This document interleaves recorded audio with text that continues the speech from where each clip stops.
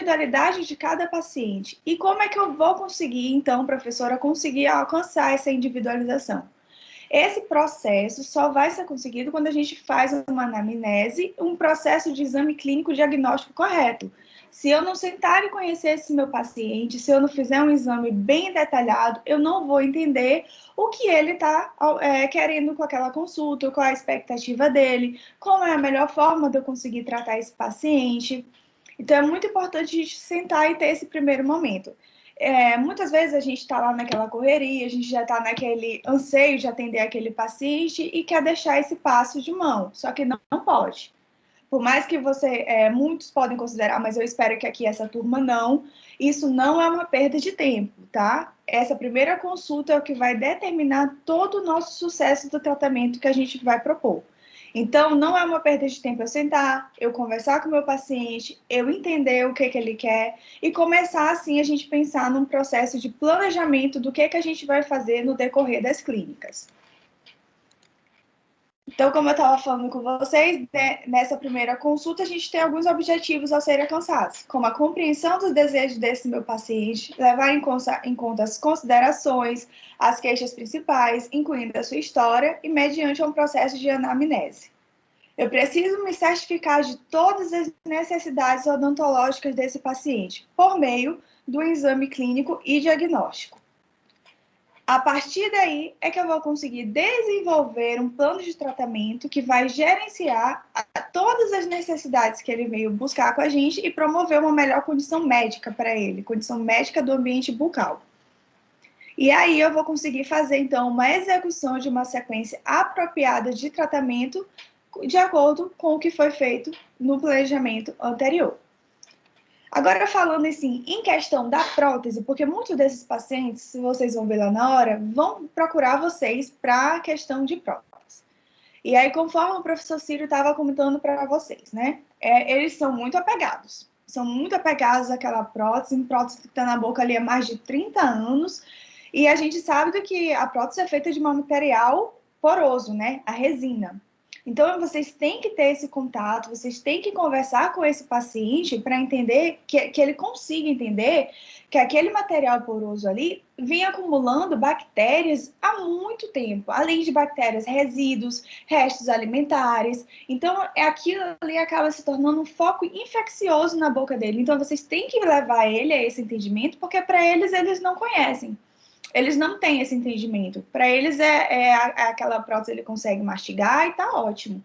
Ele tem medo de trocar porque já tentou trocar em outro dentista, não deu certo, machucou, e ele teve que voltar a usar a prótese antiga. Acontece muito.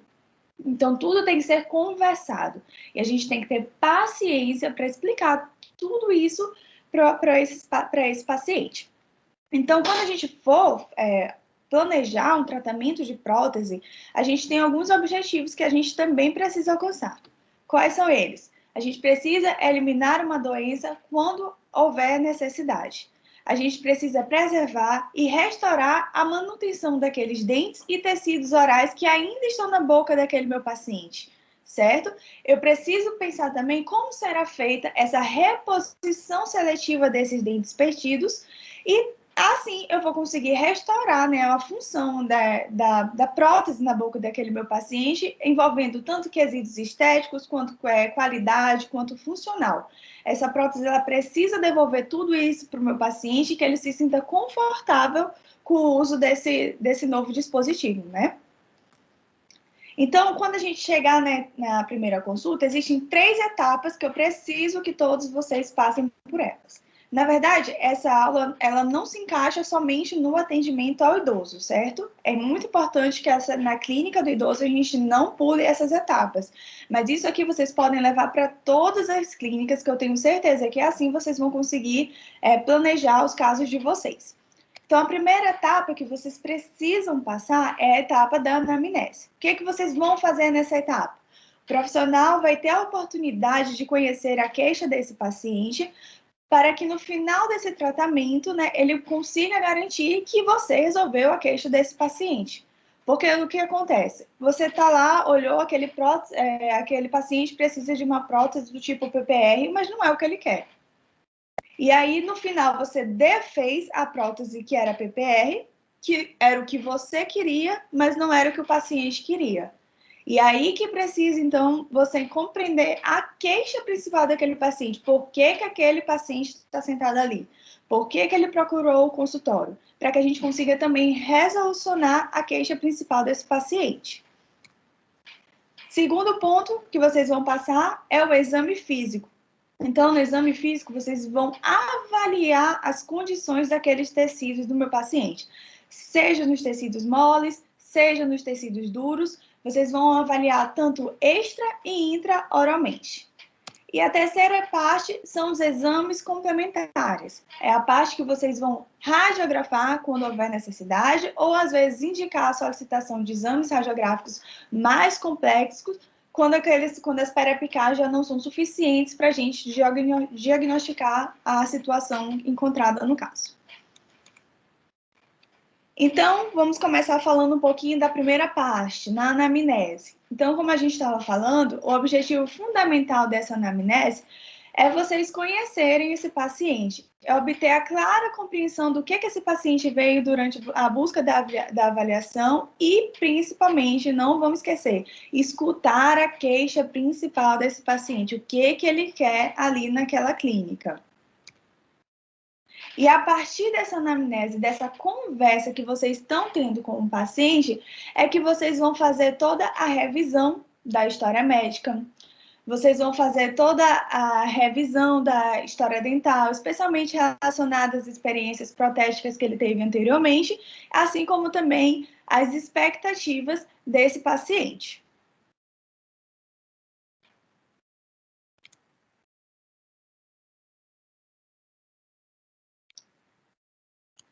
E aí, conforme... Desculpa aqui que tinha travado.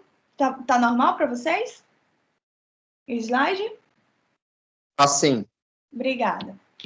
Então tá, conforme o professor Ciro também já comentou com vocês, se vocês quiserem printar essa tela, mas depois eu posso dar um jeito de disponibilizar para vocês.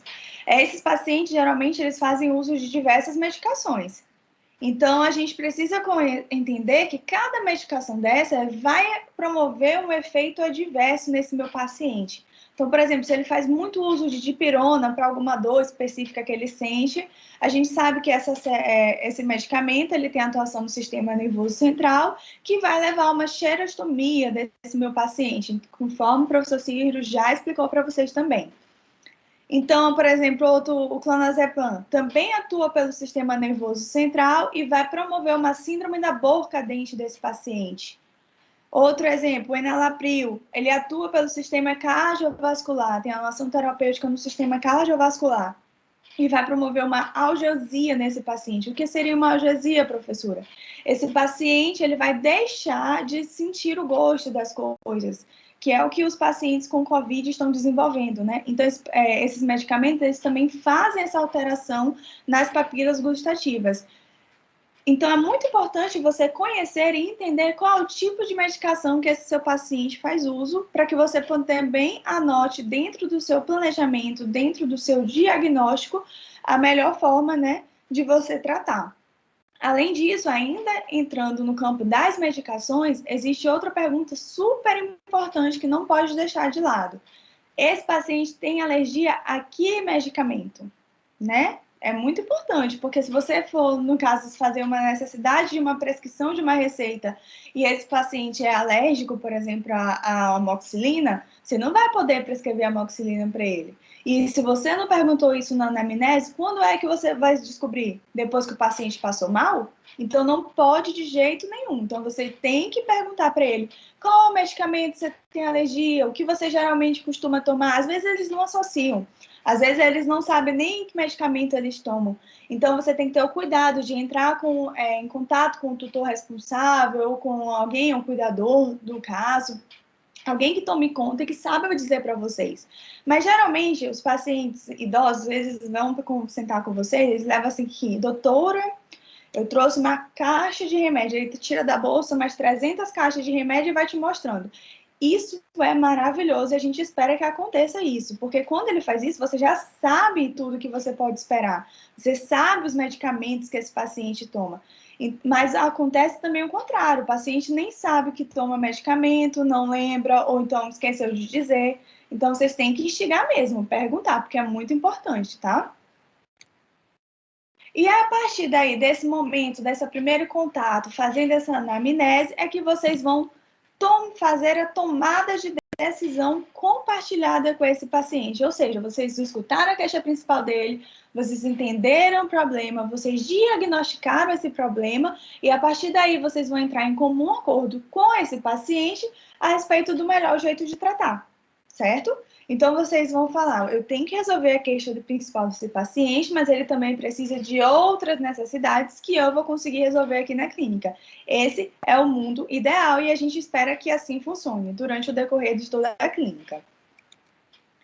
Partindo agora para a segunda etapa, a gente saiu ali daquela fase da anamnese, da etapa da conversa. Isso tudo na primeira consulta, hein, gente? Isso tudo deve ser feito na primeira consulta. E aí, a partir daí, saindo da anamnese, a gente entra no exame extraoral. A gente vai avaliar nosso paciente de forma extraoral. E aí existem diversos fatores que a gente precisa levar em consideração na hora, por exemplo, que a gente entra em contato com esse paciente. Eu recomendo que vocês, durante o atendimento, tirem fotos. Pede para o paciente sorrir, tira o lábio em repouso, porque isso vai ajudar vocês a lembrarem, porque naquele dia vocês vão estar com a memória fresquinha. Vocês lembraram, vão lembrar daquele paciente, mas passou 2 ou 3 dias, vocês já não vão mais lembrar como era mesmo o sorriso daquele paciente, como era mesmo, a forma que ele fechava os lábios. Será que ele mostrava a ponta dos incisivos? Será que ele não mostrava? Então, isso é importante, né, para a gente ter o controle. Até porque vocês vão ser orientados por nós, professores. A gente vai olhar muitos pacientes. E aí, se no outro dia vocês chegarem, professora, eu estou com dúvida no planejamento desse caso, você poderia me ajudar? Eu não vou conseguir lembrar daquele seu paciente que estava sentado naquela cadeira naquele dia. Então, eu recomendo que vocês comecem a tirar fotos dos pacientes de vocês. Isso vai ajudar muito. Vocês vão ver que vai ajudar tanto vocês no planejamento, vai ajudar também a vocês a diagnosticarem os problemas, porque às vezes vocês não vão lembrar, e é normal. Então, quando a gente observa esses pacientes de perto, assim, por exemplo, na hora que a gente for avaliar a questão dos tecidos moles, dos tecidos de sustentação desse paciente, existem algumas características que a gente precisa analisar. Como o aspecto facial desse meu paciente. Será que ele tem um aspecto facial caído? Será que ele ainda tem um suporte legal ou não tem? Como é que está a dimensão vertical desse meu paciente? Será que ele teve essa perda da dimensão ou tá ok? Para isso, a gente tem lá o compasso, tá? Que o professor Ciro também pediu e vai ser de extrema importância que ele esteja na bandeja com vocês, tá? Nos materiais de exame clínico, para vocês avaliarem essa perda de dimensão, tá bom? Além do que também a gente precisa avaliar o suporte do lábio desse meu paciente. E aí, depois a gente vai avaliar o sorriso desse meu paciente. Depois que eu avaliei ele totalmente em repouso, eu vou avaliar o sorriso desse meu paciente. E aí, avaliando o sorriso, será que esse meu paciente ele possui a linha do sorriso baixa ou alta? Quando é baixa, os pacientes não mostram nem os dentes. Por exemplo, na linha do sorriso alta, essa foto dessa paciente aí está de média para alta, a gente já consegue observar as papilas interdentais, a gente consegue ver um bom comprimento, né, do formato do dente. Então, eu já considero um paciente com sorriso de linha alta. Então, o que é que isso me faz pensar? No momento que eu vou planejar uma prótese, eu preciso ver, por exemplo, uma PPR, aonde esse meu grampo vai parar. Será que não vai aparecer? Será que não é uma área estética? Será que não vai comprometer esse meu paciente? Ou então, quando eu for planejar uma futura coroa metalocerâmica, será que aquela cinta metálica não vai aparecer na hora que esse paciente sorrir? Porque aí você planejou o caso bonitinho, você sabe o que você estava fazendo, mas na hora que o paciente sorri, está lá aquele metal e não agrada a ele. E aí, o que vai fazer? Depois que já finalizou o tratamento? Já não vai ter muito o que fazer. Então, isso tudo tem que ser pensado previamente. Então, a gente tem que, ainda assim, olhando esse paciente sorrindo, a gente vai visualizar se ele possui alguma alteração. Será que ele sorri torto? Será que ele não sorri? O que a gente pode melhorar, né? Na hora que a gente for reabilitar esse paciente funcionalmente, além da estética.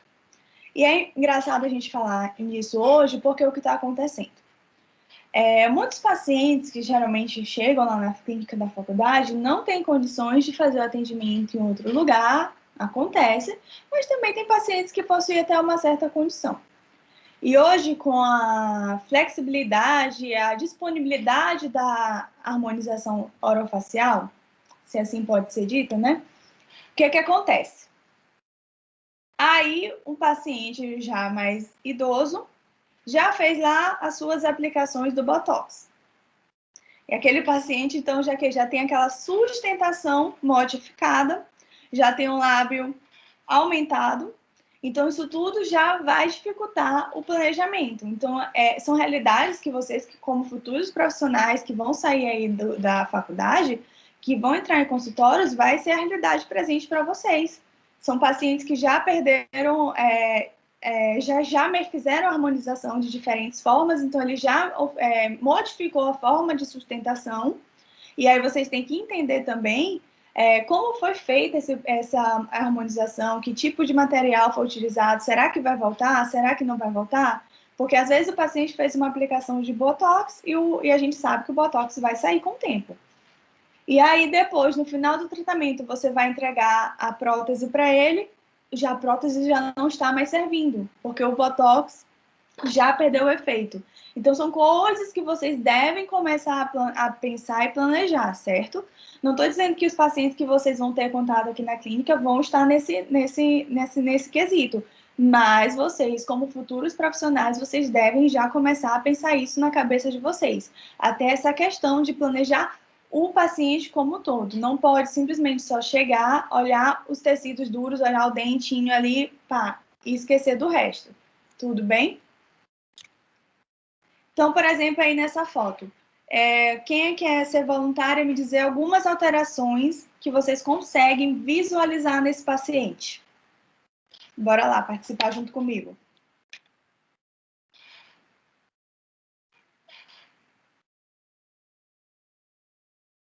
Gente, vocês estão aí? Sim. Obrigada. Bora lá, gente. Aqui não é para julgar ninguém, é para a gente aprender junto, para a gente começar a entender o planejamento de forma junta. Vamos lá. O que vocês conseguem observar nesse paciente? O que nota de diferença? Ele sabe que a gente tá na aula. Sabia? Aqui fala 10 alunos participantes, 10, 15, 20 desconto, eles sabem até o nome. Alguém porque tá isso com o áudio convida a gente. Oi, posso falar, professora? Rodrigo? Pode, por favor. Primeiro a gente vê a alteração que ele é um deficiente auditivo, né? Tá usando um aparelhinho. Ele tem então ele tem um mento também um pouquinho avantajado aí, né? De repente uma classe 3 aí. Uhum. Aparentemente ausência, né? De alguns elementos, porque ele tá com o lábio murcho, né? Acho que é mais ou menos isso daí. Excelente, Rodrigo, parabéns. Percebeu exatamente essa visão que eu quero que vocês tenham quando o paciente chegar na clínica. O Rodrigo falou de uma coisa que eu nem tinha me notado. Muito obrigada por lembrar. O aparelho auditivo, que esse paciente ele pode já ter uma dificuldade, né, na hora que você for como se comunicar com ele de entendimento. Muito bom. Sim. E aí, o que o Rodrigo também falou, a redução, né, intrusão desses lábios, né? A gente também tem essa proeminência desse mento, não chega a ser uma classe 3, tá, Rodrigo? Mas é uma proeminência que acontece normal, porque esse paciente, querendo ou não, acabou tendo uma perda de dimensão vertical. E, além disso, a gente também vai ter a proeminência desse suco nasogeniano, tá? Que é o, querendo ou não, faz parte da prótese. Durante a prótese, ele ajuda ali na retenção e na estabilidade, então a gente já sabe que vai estar um pouco comprometido, porque esse paciente já perdeu um pouco de sustentação. Mas excelentes colocações, viu? Muito obrigada pela sua participação. Obrigado, professor. Então, vamos lá. Depois que eu avaliei toda essa questão desse suporte, de todas essas alterações, a gente vai para a articulação temporomandibular, certo? A nossa famosa ATM, e ela deve ser avaliada, assim como todos os músculos da mastigação que estão envolvidos. Então, a gente precisa avaliar, fazer a palpação, sentir principalmente o masseter, tá? O masseter, que é um dos que mais estão envolvidos naquele processo, a professora Andressa vai entrar nesse meio com vocês, eu não vou nem muito me aprofundar, mas a gente precisa fazer a palpação desses músculos e também fazer o diagnóstico de como está essa articulação temporomandibular. Então, esse exame intra-eye tem que ser completo para que ele vá preceder, né, qualquer planejamento ou diagnóstico que a gente for fazer. Então, qual seria a sequência para o exame? Para que vocês não se percam lá na hora. Primeiro, fazer o exame visual, certo? É aquele exame que vocês vão olhar. Isso eu estou falando do exame clínico, tá? Então, vocês vão avaliar visualmente, tirem fotos, analisem. Depois que a gente fez isso, a gente vai partir para a questão de aliviar a dor e ver se aquele paciente precisa de restaurações provisórias. A partir daquele momento que eu suspeitei ali de uma lesão, não sei o que aquele paciente tem, aí eu solicito uma radiografia para eu avaliar como forma complementar, né? Como o próprio nome já diz o exame, é um exame complementar. Depois eu venho fazer uma profilaxia naquele paciente, limpar tudo, deixar tudo, fazer uma adequação bucal naquele paciente. Aí, sim, depois que eu faço essa adequação, é que eu venho avaliar os dentes e o periodonto, porque precisa estar limpo, porque às vezes tem resto de comida, resto de sujeira, e eu não vou conseguir visualizar de uma forma correta. Outro ponto super importante, fazer o teste de vitalidade desses dentes, tá? Individualmente, eu preciso saber como aqueles dentes estão se comportando. Determinar o assoalho do bucal daquele meu paciente, principalmente para pacientes que vão fazer PT ou PPR, é muito importante a gente ter essa delimitação desse assoalho bucal. E, por último, fazer a moldagem, tá? Desse meu paciente. Então, na hora que vocês forem avaliar isso tudo intraoralmente, tá, gente? Continuamos o exame intraoral. Isso tudo que na hora que vocês forem avaliar os tecidos moles, como é que vocês podem fazer? Vocês vão pedir para o paciente abrir a boca. A partir desse momento, vocês vão ter contato com o palato deles, vão conseguir olhar esse assoalho, a forma como tá, se tem alguma lesão, se tem alguma coisa suspeita, né, sugestivo de uma área neoplásica. Então, tem que avaliar. Esses pacientes, às vezes, estão muito tempo sem ir ao dentista. Então, a gente não sabe o que vai esperar. Pedir para ele afastar, fazer movimentos com a língua, trazer para um lado, trazer para o outro, botar a língua para frente, ver se eles estão higienizando a língua, conforme o professor Ciro já comentou com vocês. É importante que vocês peçam para esse paciente higienizar a língua, ou com eles, ou com o tutor responsável, porque ali é um acúmulo de bactérias, aquilo ali, querendo ou não, vai gerar uma halitose, que até para vocês vai ser difícil atender esse paciente com aquele mau cheiro durante o atendimento. Então, vocês têm que ajudar de forma preventiva e também auxiliar esse paciente em relação a isso. Avaliar toda a mucosa, todos os pontinhos, pede para ele levantar a língua, a boca para um lado, para o outro. A hora que é para ele mexer a língua é essa. Vocês botam para cima, botam para baixo, botam para um lado, botam para o outro, para que vocês consigam visualizar tudo.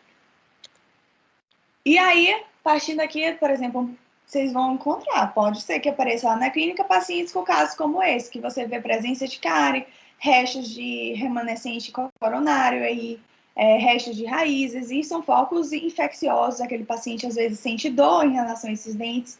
Então, vocês têm que ver o que dá para a gente fazer de forma provisória, a gente vai fazer. Se der para a gente restaurar, a gente vai restaurar. Se der para a gente fazer uma extração, a gente vai fazer uma extração. O que for para poder, a última coisa que a gente vai fazer é a prótese. Às vezes, esse paciente já passou em outras disciplinas e já foi encaminhado para vocês com a finalidade protética. Aquele paciente já está finalizado. Ótimo. Mas pode ter paciente que vocês vão pegar desde o começo. Então, vocês têm que pensar como é que eu vou poder ajudar esse paciente. Nem que vocês não vão ter conta de finalizar, mas o próximo dupla que for ter contato já vai encontrar um paciente mais redondinho, né? Avaliar também alterações nas próteses antigas. Essas próteses, às vezes, vêm muito pigmentadas, certo? E aí vem manchada, já aparecendo cinta metálica, conforme vocês estão vendo. Já provocou um tipo de retração nesse meu paciente, então tem que avaliar toda essa questão de como essa prótese antiga tá, para que na hora que eu for entregar uma nova, a gente não cometa os mesmos erros. Preciso avaliar o número e a disposição desses dentes, quantos dentes remanescentes esse meu paciente ainda tem? Será que ele ainda tem muito? Será que aquele dente remanescente ele vai poder ser um pilar de uma prótese? Então, eu tenho que avaliar tudo isso.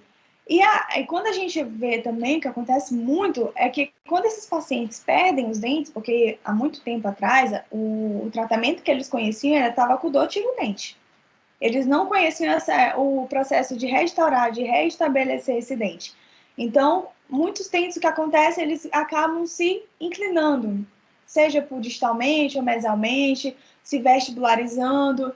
Então, isso aí vai dificultar nosso planejamento, porque como é que eu vou pensar em inserir uma prótese num dente que está vestibularizado ou inclinado para distal, por exemplo? Então, a gente tem que avaliar. Será que esse aí vai ser um bom pilar protético? Será que esse dente pode ser usado como pilar protético? Outra coisa que a gente tem que avaliar é o tamanho da coroa. Será que esse dente tem um bom tamanho de coroa? Será que a coroa não está muito curta para ser um pilar? Isso tudo deve ser avaliado. E também a vitalidade pulpar. Fazer o teste de vitalidade em todos os dentes. Se for preciso fazer a endo, a gente faz a endo. Se não for preciso, ótimo. Porque o que pode acontecer? Você planejou todo o caso, contou que aquele dente ali estava em ótimo estado, estava perfeito para ser um pilar protético, e aquele dente possui, por exemplo, uma necrose pulpar, uma lesão que foi constatada na radiografia, mas você acabou deixando a radiografia para o final. E aí, todo o seu trabalho foi perdido, certo? Então, é importante a gente avaliar cada dente de forma individualmente. Saindo um pouco dos dentes, a gente precisa avaliar o periodonto, né? Aquele que a gente diz que é a nossa... Ai, me faltou a palavra agora, do porta-retrato, gente. Vou lembrar. Que é o que mantém nossos dentes ali, né? Gente, eu me esqueci. Não, eu vou lembrar. Depois eu lembro e eu falo para vocês. É o que mantém a harmonia ali da nossa boca. Então, a gente tem o nosso periodonto de sustentação, né? Composto tanto pelos tecidos moles como tecido ósseo, e que eles vão permitir que os elementos dentários estejam ali em harmonia. Então, como é que vocês vão avaliar isso? Sondagem. Não tem como. Tem que fazer o parograma, avaliar se tem bolsa, porque o que adianta eu planejar uma prótese e aquele meu paciente possui uma periodontite crônica?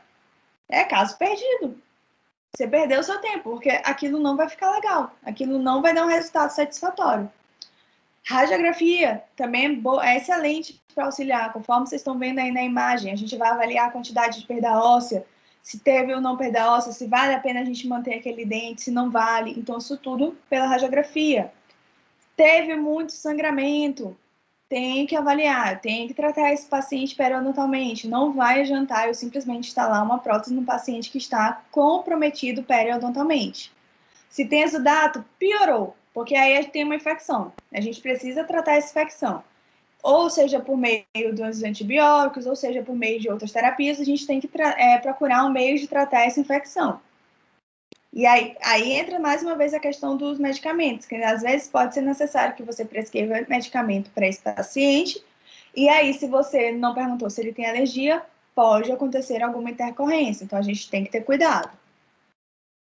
Ainda avaliando, principalmente quando a gente vai fazer em questão de prótese, esses pacientes muitos já apresentam lesão de furca, né? Então, a gente precisa avaliar como está esse envolvimento da furca. Será que já tem a comunicação entre a vestibular e a lingual? Será que ainda dá para a gente manter? Será que não vale a pena a gente extrair esse dente e repor na prótese?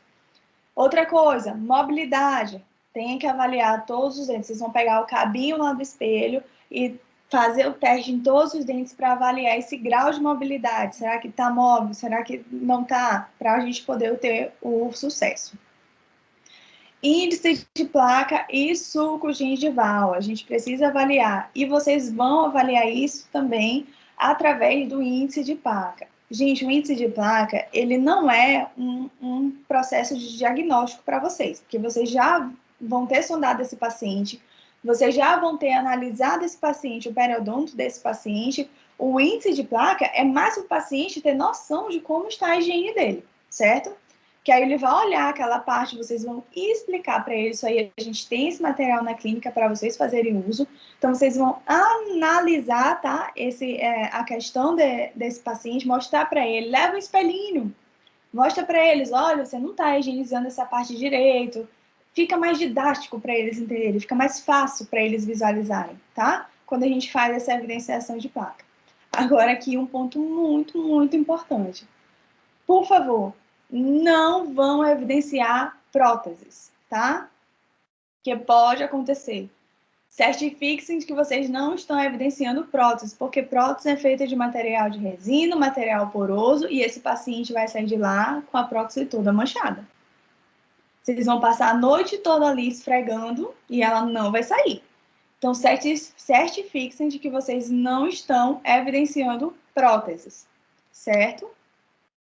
Outro ponto muito importante, avaliar as áreas edêntulas. Por exemplo, vocês estão vendo aí na foto que não é uma área que está propícia a receber um tratamento protético. Às vezes é necessário fazer uma cirurgia, uma remoção dessa área que está afetada, porque vai ser uma área que vai receber um futuro pôntico. Então, não posso botar um pôntico numa área que está lesionada ou cerada, certo? Então, é muito importante eu avaliar como está essa área que vai receber esse pôntico. Será que está uma área ok? Será que não está uma área ok? Xerostomia, outro ponto. Esses pacientes possuem muita xerostomia, seja devido a medicamentos, outras alterações que podem estar favorecendo o aparecimento dessa xerostomia. Então, vocês têm que avaliar. O professor Ciro já comentou bastante sobre ele. Existem algumas medidas que a gente pode estar oferecendo à nossa paciente, como uma saliva artificial, que ele faça ingestão de maior quantidade de água. Então, a gente também consegue perceber esses pontos característicos de um paciente, né, que possa ter xerostomia. A língua, a gente vê uma língua muito com sarburra, né, lingual, ela fica bem mais ressecada, e também a presença dessas cáries mais enegrecidas, essas cáries radiculares. Justo pelo fato de que ele não tem aquela saliva, não tem aquele fluxo, e aí acaba favorecendo, né, o aparecimento dessas lesões. Então, também deixem lá junto com o exame clínico de vocês, uma escovinha de Robson, a caneta de vocês, para fazer uma profilaxia nesse paciente, tá? Ele já vai sair de lá te amando, porque quando ele já faz a profilaxia, ele já sente que já foi bem acolhido, bem atendido, para que vocês, assim, consigam fazer a análise correta de todos os elementos dentários. Depois de feito... Ai, meu Deus, pronto. Só confirmando aqui a hora, para ver se eu não estou passando horário da professora Andressa. Então, depois de feito todo esse exame, a gente vai partir para o exame radiográfico, intraoral completo. Então, quando a gente pode fazer uma periapical, perfeito, a gente tem um raio-x que funciona lá na clínica, não pode ter preguiça, vai lá, radiografa esse paciente, já deixa bem bonitinho, porque vocês vão garantir, assim, que vocês estão fazendo o diagnóstico, o planejamento correto. Às vezes, o caso não dá para ser resolvido lá. Vocês podem solicitar depois uma tomografia, casos muito mais complexos, ou até uma panorâmica, às vezes, pode ajudar vocês, para a gente ver essa questão de rebordo e essa questão do osso. Mas é importante que a gente faça a utilização dos exames radiográficos para complementar o nosso diagnóstico. Então, com o exame radiográfico, a gente vai fazer o quê? Conseguir localizar essas áreas de infecção e essas outras patologias que podem estar presentes, revelar a presença de fragmentos radiculares, certo? Revelar a presença de extensão de cáries, quando essa cárie está muito profunda, que às vezes vai ser necessário um tratamento endodôntico, então a gente vai precisar da radiografia para chegar nesse diagnóstico. Possibilitar a avaliação de restaurações existentes para evidenciar cáries recorrentes, revelar a presença de obturações endodônticas e permitir se tá ok, se vai precisar de retratamento, se não vai, se eu posso permanecer com aquele canal ali ok, se posso usar esse dente como um pilar. Possibilitar a avaliação das condições periodontais para estabelecer as necessidades e as possibilidades de tratamento. Assim, também como avaliar o suporte alveolar, conforme eu estava comentando com vocês. Então, as diferentes imagens, diferentes exames que a gente pode estar solicitando aí como complementar ao nosso diagnóstico para nos ajudar a fazer um correto planejamento. Então, partiu, fez os exames dos dentes, fez o exame da estrutura de revestimento e dos rebordos residuais, mas esqueceu de analisar a oclusão. Não pode. A oclusão tem que estar presente ali na hora que vocês forem avaliar. Peçam para ele morder, certo? Avaliem aquele dente máxima intercuspidação habitual, MH, né, conforme a gente fala. Avaliem esse paciente, certo? Porque o que pode estar acontecendo? Muitos pacientes sofreram desgaste com o tempo, então eles estão mordendo errado, a gente não tem aquelas cúspides de trabalho em função. Só lembrando aqui, quais são as cúspides de trabalho? Aquela sigla, VIPS, vestibular, inferior, palatina, superior. Não pode esquecer, porque na hora que vocês forem reabilitar, vocês precisam ter isso em mente. Então, não pode deixar, por exemplo, uma restauração muito alta, porque vai ter um contato prematuro. O que vai levar esse contato prematuro nesse paciente? Vocês podem causar alguma lesão nesse paciente, provocar até uma úlcera, porque fica batendo em contato com o antagonista e vai lesionando aquela mucosa. Então, vocês podem provocar uma ferida naquele paciente. Então, não pode ter contato prematuro. Checar a oclusão. Assim como também não pode estar em infraoclusão. Eu não posso deixar além, porque aí eu já vou comprometer todo o resto do meu sistema estomatognático. Vou comprometer toda a minha musculatura facial, toda a minha forma de mastigação. Então, é muito importante avaliar essa questão. Até porque quando o paciente está com a restauração muito alta, ele pode até sentir dor, muita dor. E ele vai se queixar para você. Doutora, eu estou sentindo muita dor nesse dente aqui, o que pode acontecer? Às vezes está muito alta e muitas vezes isso até confunde o diagnóstico. Porque a gente acha que aquela dor não, eu já estarei, não tem mais cárie, por que esse paciente está sentindo dor? Será que não é endo? Às vezes leva até um falso diagnóstico, às vezes é só um contato prematuro que ele está tendo. Então, é importante que vocês estejam atentos a isso, certo? Então, como é que eu vou fazer isso? Como é que eu vou saber isso? Teste de vitalidade em todos os dentes. Eu preciso saber como é que está aquela condição daquele meu dente. Depois que eu fiz todo esse exame, tá? Aqui pareceu ser uma eternidade, mas lá na clínica as coisas vão ser muito mais fáceis de se conduzir. Aí eu venho para os meus modelos de estudo. Então, a gente vai moldar esse paciente. Esse modelo de estudo é para vocês, em casa, junto com a fotografia, analisarem o caso daquele meu paciente. O que é que a gente vai fazer com esse meu paciente? Vocês vão ser futuros profissionais daqui a poucos meses. Então, vocês já têm que começar a ter uma visão integrada das coisas. Vocês precisam analisar o que vai ser feito. Não pode ficar agora na dependência. Eu estou na disciplina de dentística, eu só vou fazer restauração. Eu estou na disciplina de cirurgia, eu só vou fazer cirurgia. Não existe mais isso. Vocês vão olhar agora o paciente como um todo. Eu preciso analisar, começar a pensar. Como é que eu vou tratar esse meu paciente? Então, esse modelo de estudo é uma reprodução do que está na boca do paciente. Então, vocês vão levar ele para casa. Às vezes não tem nada para fazer de tarde. Vocês ficam lá olhando aquele modelo. O que é que eu vou fazer daquele meu paciente? Pode ser. Mas é para vocês. É um modelo de estudo para vocês. E a partir daí, vocês vão ter, assim, o prognóstico do caso vai estar intimamente relacionado a esses fatores. O que isso significa? Eu vou conseguir o sucesso quando eu fiz uma anamnese bem feita, eu fiz um exame intraoral e extraoral bem feito, pedi exame complementar e moldei meu paciente. Não tem como dar erro. Não tem. Pode dar, claro que pode dar. O paciente pode sofrer uma intercorrência no meio do caminho, mas vocês vão estar preparados para caso aconteça alguma adversidade.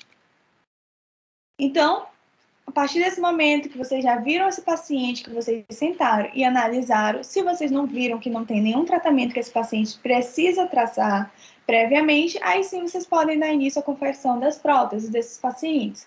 Mas depois que esse paciente já está com toda a parte clínica finalizada. E aí é partir para braço e partir para a clínica e mãos à obra nas próximas sessões. Ficaram com alguma dúvida? Agora é o momento de conversar e perguntar. Bora lá.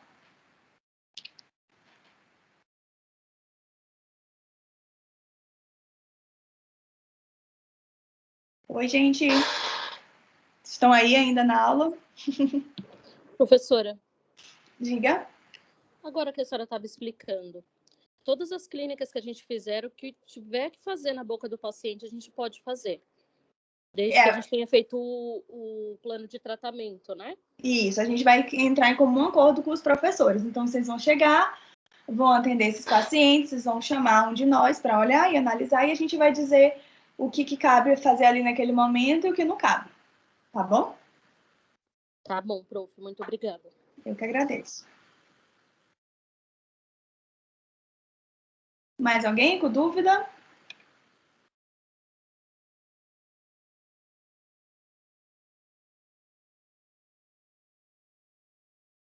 Acho que não. Então é isso, gente. Muito obrigada pela atenção de todos. Espero vocês aí próxima semana, né, na clínica.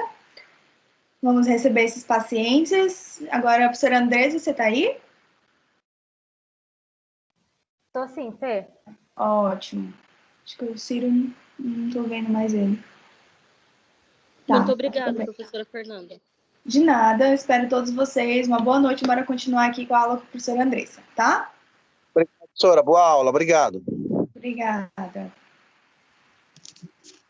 Oi, gente, tudo bom? Eu sou a professora Andresa. Eu vou ficar com vocês na segunda-feira, nessa clínica, e eu também vou estar com vocês na disciplina de ortodontia, tá bom? Eu vou colocar a minha aula aqui para vocês verem. Aparece para vocês? Tá aparecendo a aula? Ainda não. Para mim também ainda não, professora. Não? Deixa eu ver aqui o que eu tô fazendo de errado.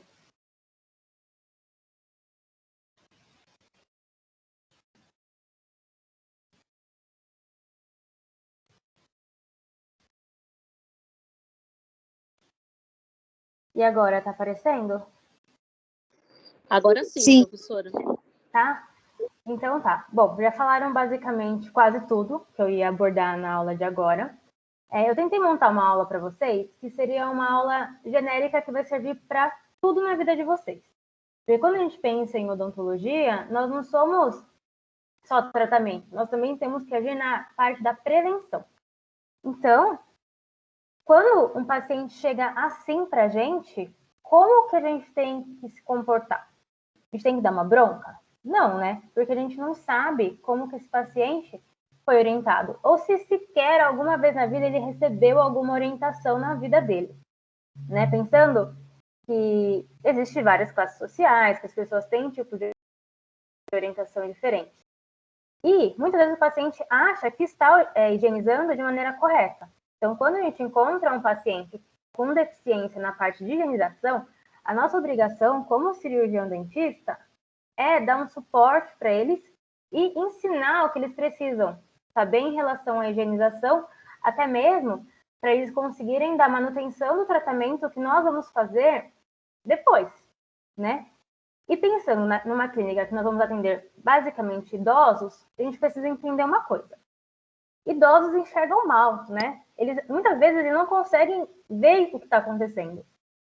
Eles não conseguem ver a sujeirinha que tem ali, porque eles usam óculos. Às vezes, quando vai escovar os dentes, eles não colocam óculos.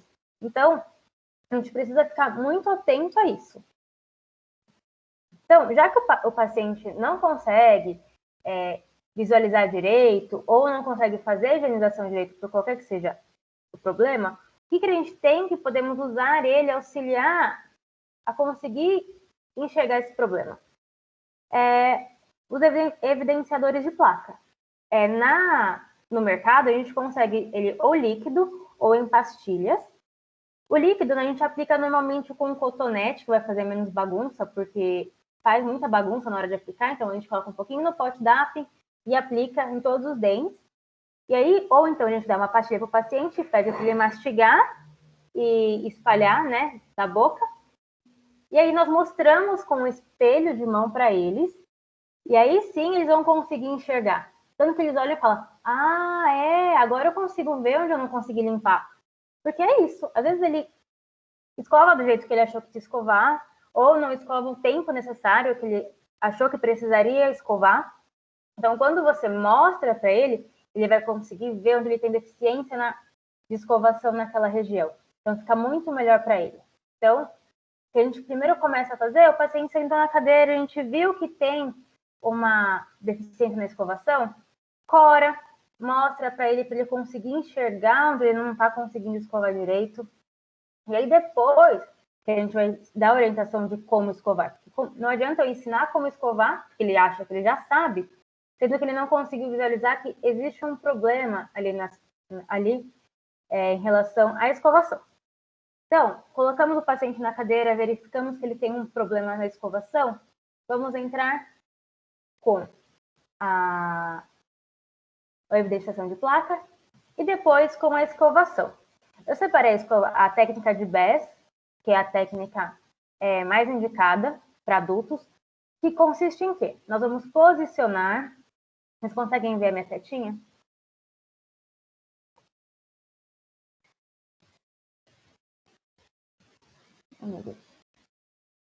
Nós posicionamos a escovação em 45 graus e vibramos. Eu não gosto desse termo de colocar a escova e vibrar, mas é o termo que a gente encontra na literatura. Você vai posicionar a escova a 45 graus perto da gengiva. Não sei se vocês conseguem observar. Por quê? Porque essas cerdas vão escovar bem próximo ao suco gengival, limpando toda aquela região. Depois nós vamos... E aí, vibra na parte cervical e arrasta a sujeira para a parte incisal. Então, ele tem que fazer isso em todos os dentes. Na parte vestibular, na parte lingual. Na parte lingual dos dentes anteriores e inferiores, é como a gente ensina as crianças, fazer a escovinha. Então, tem que fazer a escovinha a vassourinha nessa parte, na parte superior e anterior também, e na oclusal do dente, fazendo o que a gente chama de trenzinho. Então, relembrando, 45 graus, posicionar a escova em 45 graus, próximo à gengiva. Aqui a gente tem uma imagem maior. Eu já volto lá. Depois fazendo a parte lingual também, varrendo a sujeira para fora da cervical para incisal de todos os dentes. Na parte anterior, fazer a escovinha. Na parte superior também. E como se fosse o trenzinho na parte oclusal. Quando a gente fala com o idoso, eles até riem quando a gente fala, olha, aqui tem que ser um trenzinho, aqui tem que ser a vassourinha, porque esse tipo de termo, eles são adultos, eles não querem ser tratados como criança, mas esse tipo de termo faz eles rirem, né? Porque é uma técnica diferente para eles, então eles conseguem memorizar. Então é interessante a gente conseguir fazer o paciente abraçar a causa e entender de uma maneira simples como fazer a escovação e como memorizar. Então, usando esses terminhos mais simples, mais engraçados, a gente, além de aproximar o paciente da gente, a gente consegue fazer eles lembrarem depois, esqueci de fazer o trenzinho. Aí eles vão lá e fazem o trenzinho. Então, a gente tem que conseguir cativar o paciente de alguma maneira, quando a gente pensa em colaboração, porque um paciente que escova bem é um paciente colaborativo. Então, a gente também já consegue traçar um perfil do paciente em relação à colaboração, se ele vai usar prótese, se ele vai fazer tudo certinho conforme foi orientado, ou não, porque se ele já não consegue, se ele já não quer colaborar na parte da escovação, que dirá no uso da prótese.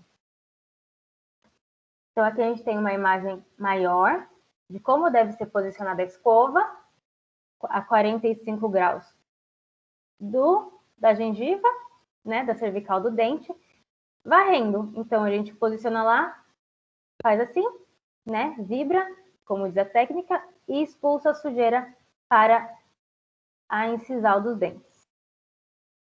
E é essa técnica de escovação que é indicada para os adultos. E qual que é a melhor escova que nós temos no mercado? Não importa, tem que ser uma escova macia. Não existe uma marca melhor que a outra. Tanto que eu coloquei 2 marcas aqui que eu gosto bastante, eu indico para os pacientes.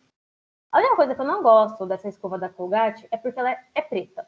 Então, se sangrar, às vezes pode camuflar, às vezes o paciente não coloca espuma e não aparece na espuma.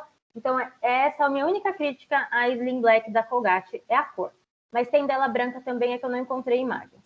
E a Curaprox, que também é bem macia, mas eu ainda prefiro a Slim Soft. Então, quando a gente pensa em escova dental, nós queremos uma escova macia para o paciente, porque, como eu disse, naquela posição de você fazer 45 graus, próxima à gengiva, uma escova dura vai machucar. Então, a gente tem que pensar também no conforto. Se a gente quer colaboração, a gente não pode querer que o paciente sofra durante o processo. A gente quer que ele consiga fazer uma escovação e não voltar, nossa, com a gengiva toda machucada porque estava doendo. Porque paciente colaborativo é assim também. Quando ele colabora. Então ele vai fazer até machucar. E falar, nossa, doutora, eu tentei muito fazer, mas aí estava machucando. Aí você olha, a gengiva está toda machucada. Então é importante a gente orientar o paciente sobre a escova ser macia. Outra coisa, creme dental. Qual que é o melhor creme dental? O fluoretado. Então, o creme dental tem que sempre ter flúor, porque agora tem o pessoal que gosta das coisas mais naturais, e aí está surgindo umas pastas no mercado que não possuem flúor, mas uma das principais funções do creme dental é o suporte de flúor. Então, se você usa uma pasta sem flúor, não tem por que usar. Porque a água aqui de São Paulo, ela já é fluoretada, então já tem um suporte de flúor na água que a gente bebe. A gente está dando um flúor a mais. Então, esse flúor a mais vai ajudar a gente a combater as cáries, as outras substâncias que que existem nas pastas, vão ajudar a dar um polimento. Então, sempre tem que ser fluoretado, independente da marca. Pode ser a marca que ele mais gosta, por causa do gostinho que ele prefere, mas tem que ser fluoretado. E o fio dental. No mercado, nós temos muitos tipos de fios dentais para os nossos pacientes. Nós temos desde o fio, a fita, essa outra flosser, que é excelente para os pacientes que têm pouca coordenação motora. Então, se você percebe que o paciente não consegue fazer a técnica de enrolar no dedinho e passar o fio dental, fala para ele da floss. Existe agora essa da Gum, que foi uma das primeiras que surgiram. Mas tem da Oral-B, que é bem mais barato, acho que o saco com 50 tá R$20, e aí ele consegue fazer uma higienização. Então, tem que sempre lembrar para o paciente o quão importante é o fio dental, porque a maioria das pessoas acham que escovar dente é escovar o dente, mas não. O fio dental também faz parte da higienização completa do paciente. E a gente tem que lembrar, porque é o que eles nunca fazem. É incrível, você pergunta, você está escovando os dentes direitinho? Estou. E usando fio dental? Ah, eu faço às vezes. Então é importante a gente... Nossa, porque pra gente é muito fácil, porque nós trabalhamos com isso, nós sabemos a importância do uso do fio dental. Mas para quem não faz, não sabe a diferença, né? Então, reforçar bastante o uso e oferecer as alternativas. Eu tive paciente que falou, mas o fio dental é muito grosso, machuca. Aí eu falei, então usa uma fita. A fita ela é mais fácil de você conseguir passar. E aí o paciente usou a fita, viu realmente que ela passava pelo ponto de contato mais facilmente e ele conseguia fazer toda a limpeza. Então, a gente também tem que ver qual é a melhor indicação para aquele paciente. E um paciente que chega assim, com todos esses diastemas periodontais, a gente vai passar uma fita dental? Não, porque o paciente pode até falar, não, eu estou usando sim, ó, eu passo fio dental. Mas olha o tamanho desse espaço para o fio dental. Então, a gente pode apresentar para eles uma outra solução. O Super Floss, que ele é mais grossinho, como a gente consegue observar nessa imagem, e ele apresenta uma pontinha que vai ajudar a pessoa a mirar. A gente usa bastante na ortodontia, mas também na periodontia, quando nós precisamos fazer uma contenção periodontal, para o paciente conseguir passar por esses espaços, o fio dental. Então, a pontinha vai ajudar a mirar e ele vai conseguir higienizar. Então, esse acúmulo de placa já não teria, né? Se o paciente estivesse usando uma Super Floss. E na clínica de idoso, a gente encontra muito paciente com problema periodontal, até com problema periodontal que já foi cessado. Então, o paciente já não tem um problema periodontal ativo, mas esses diastemas vão se manter. Então, para facilitar a higienização, nós precisamos de um fio que vá conseguir fazer o polimento da lateral desses dentes. E aí o Super Floss é uma ótima pedida para a gente indicar para esses pacientes. E quando o paciente usa prótese, como que a gente higieniza? Eu sei, o professor Círio já falou um pouquinho antes, então vocês já estão sabendo. Nós vamos precisar de uma escova de cerdas duras, mais a prótese, mais pasta de dente? Não, né? Porque pasta de dente é pasta para dente. Na prótese, a gente vai usar um sabão líquido neutro. Pode ser o de coco, pode ser o neutro, pode ser esse exatamente que eu coloquei. Então, a gente vai pedir para o paciente usar uma escova dental dura, então tem algumas marcas que as cerdas são mais duras, e o sabão. Então ele vai escovar a prótese na mão, não é para escovar a prótese na boca, porque já tive paciente também que colocou, você, ai doutora, mas o gosto é muito ruim. Aí eu fui perguntar para ele como que ele estava higienizando, aí ele colocava e escovava dentro da boca. Não, né? Tem que tirar, escovar na mão, tomando cuidado para não derrubar no chão, porque a resina acrílica é friável e se ela cai no chão, ela quebra. Então, sempre dentro da pia, bonitinho, escovando para não deixar cair no chão, tomando todo o cuidado do mundo. Lembrando sempre que a escova da prótese é diferente da escova usada para os dentes. Então, se o paciente usar uma prótese, uma PPR, a escova da PPR, a escova da PT, vai ser diferente da escova que ele vai usar para escovar os dentes que estão dentro da boca ainda. Tá? Isso é muito importante para a gente conseguir orientar os pacientes, porque eles acham desnecessário. Ah, não precisa, uma só dá conta de tudo. Não, não dá, porque a gente precisa de uma escova mais dura para conseguir higienizar a prótese. Outra coisa que a gente também orienta o paciente, que a saliva ela é rica em cálcio. Então, às vezes, acaba mesmo o paciente higienizando de maneira correta, às vezes tem algumas entranhas ali na prótese, lembrando que isso é um material poroso, que acaba acumulando um pouquinho de cálculo, o paciente às vezes até fica com vergonha. Então, a gente pode orientar o paciente de comprar o Corega Tabs. O Corega Tabs é uma pastilha efervescente que você vai colocar junto com a prótese. Então, você coloca um copo de água, coloca a prótese dentro e coloca esse Corega. E deixa ela dentro durante os 3 minutos, como diz a orientação do fabricante. Aí depois o paciente tira e passa a escova de prótese na prótese e a prótese fica limpinha. Além de conseguir tirar o macro, muitas vezes ela também consegue tirar o micro, ajudando a dar um prolongamento na higiene da prótese. Então a prótese vai demorar um pouquinho mais para ficar amarelada, para ficar com um cheiro ruim. Outra coisa, às vezes o paciente ele é muito carente, ele não tem condições financeiras de arcar com Corega Tabs. Então a gente pode dar essa fórmula caseira para ele, que é uma colher de hipoclorito, que é a nossa famosa Cândida, eu coloquei 2 marcas comerciais, e uma colher de sopa. Aí você enche um copo de 200 ml e deixa de água, coloca essa colher de hipoclorito e deixa a prótese lá durante 1 hora. E aí depois pede para o paciente escovar com a escova de prótese. Importantíssimo, a gente tem que orientar o paciente de não tirar de dentro do pote com água e cândida e colocar na boca, porque isso vai queimar a boca do paciente. A gente sempre tem que lembrar eles que precisamos lavar a prótese. Então a gente vai tirar do copinho, esfrega lá embaixo da aguinha para tirar, né, com a escova de prótese, enxágua, tira toda aquela água e aí depois sim a gente coloca de volta na boca. O hipoclorito, ele é básico, então ele pode sim causar queimaduras na boca do paciente. Então é sempre importante a gente lembrar disso. E eu vou depois vou disponibilizar para vocês esses slides para vocês conseguirem também anotar isso. Eu também faço essa higienização para os pacientes de aparelho,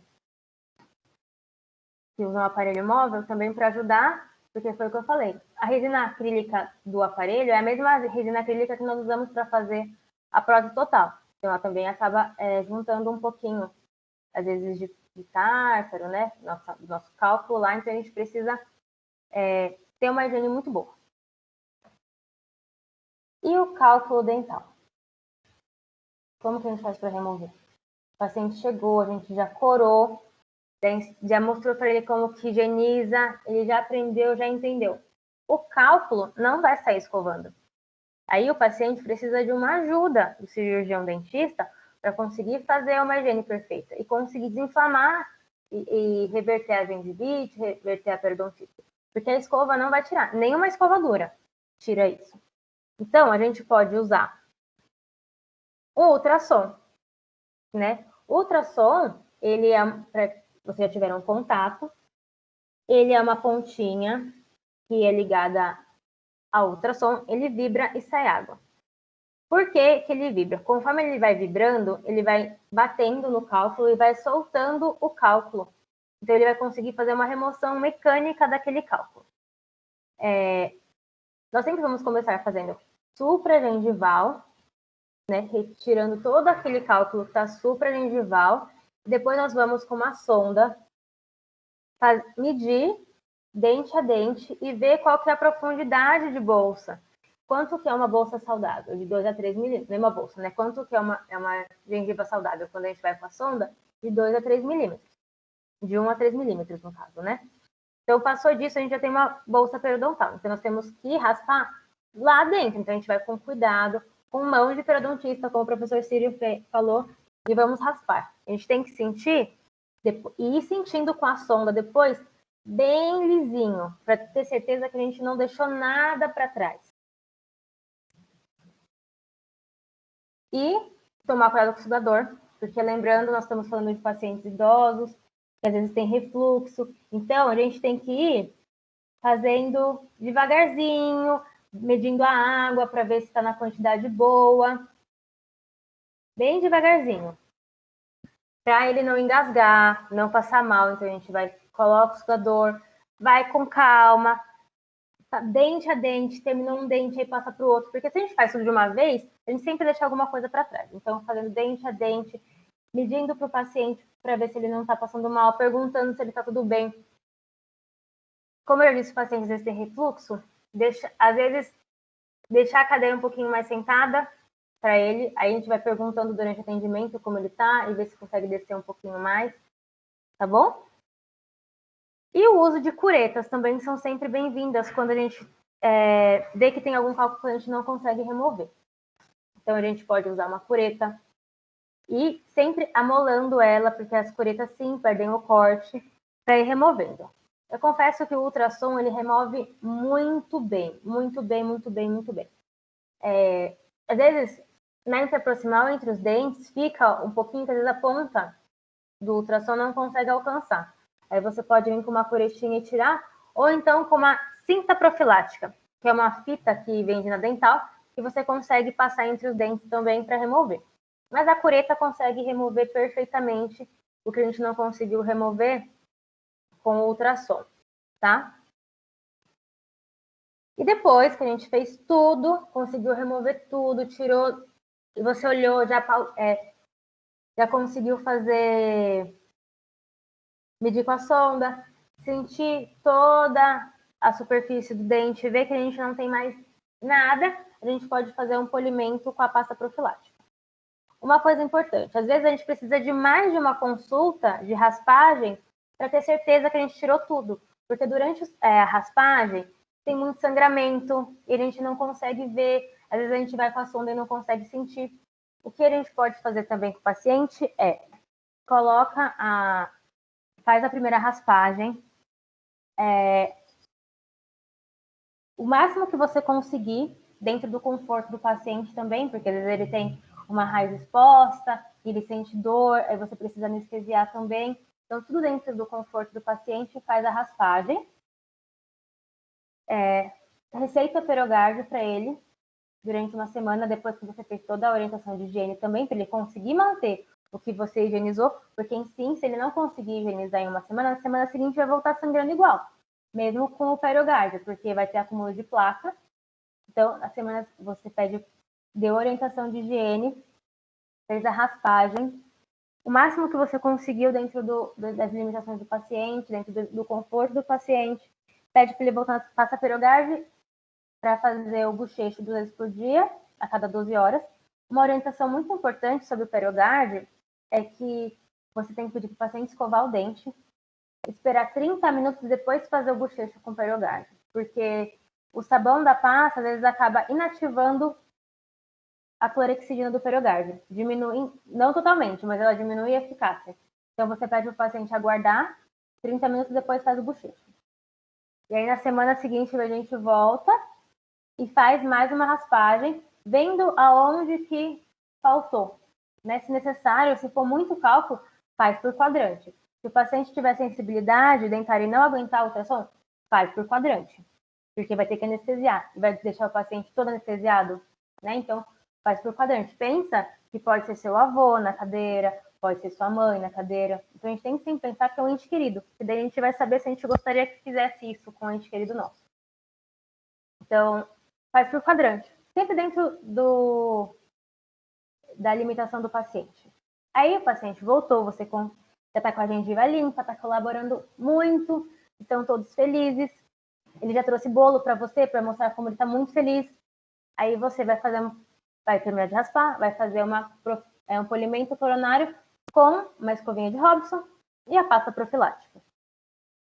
Porque ela vai dar o polimento, vai tirar a pigmentação, e vai ajudar a diminuir o atrito que tinha, né? Que às vezes a pigmentação forma um atritozinho ali, mesmo que micro, e acaba segurando mais placa. E aí, é isso. É assim que vocês têm que fazer a higienização do paciente, essa orientação que a gente tem que dar para o paciente. E não só para o paciente que é paciente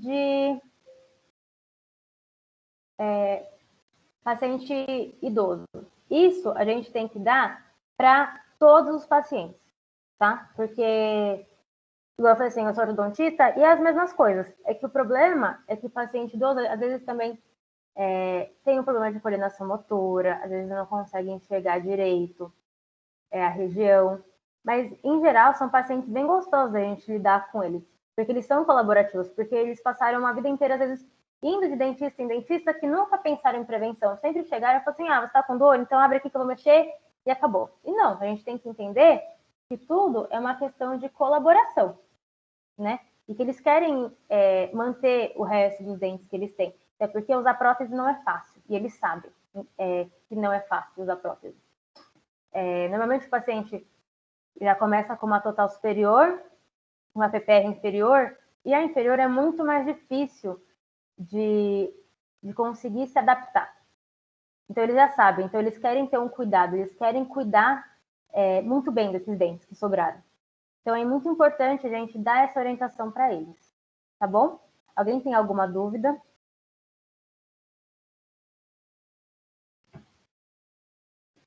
Era isso que eu tinha para falar para vocês sobre higienização da prótese. Todo mundo já abordou tudo que eu tinha para falar. Oi. Eu não sei se eu ouvi errado. Você disse que o hipoclorito ele é básico? Eu não entendi. Não, então, existem substâncias que são básicas e substâncias que são ácidas. O hipoclorito, ele é básico, ele não é ácido. Mas ele queima também, porque base também queima. Então, é isso que eu tô... Sim, base também, coisas básicas também queimam. O hipoclorito é básico e ele queima, por isso que tem que lavar antes do paciente reinserir na boca. Tá ótimo.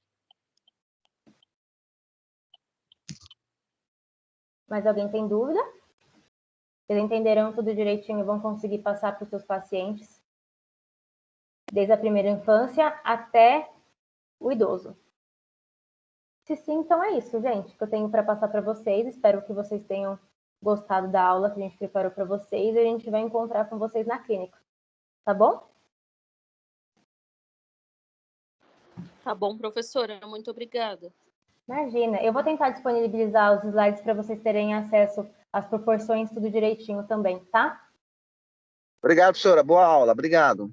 Imagina. Ótima aula. Então é isso. Eu não sei se a professora Fernanda e o professor Ciro ainda estão aqui. Eles querem dar mais algum recado? Eu ainda tô... Só isso, né? Tô aqui ainda. Quer dar mais algum recado? É só isso? Só isso. Só isso? Até semana que vem. Então, Estamos na clínica semana que vem. Então, combinado. Estaremos todos na clínica semana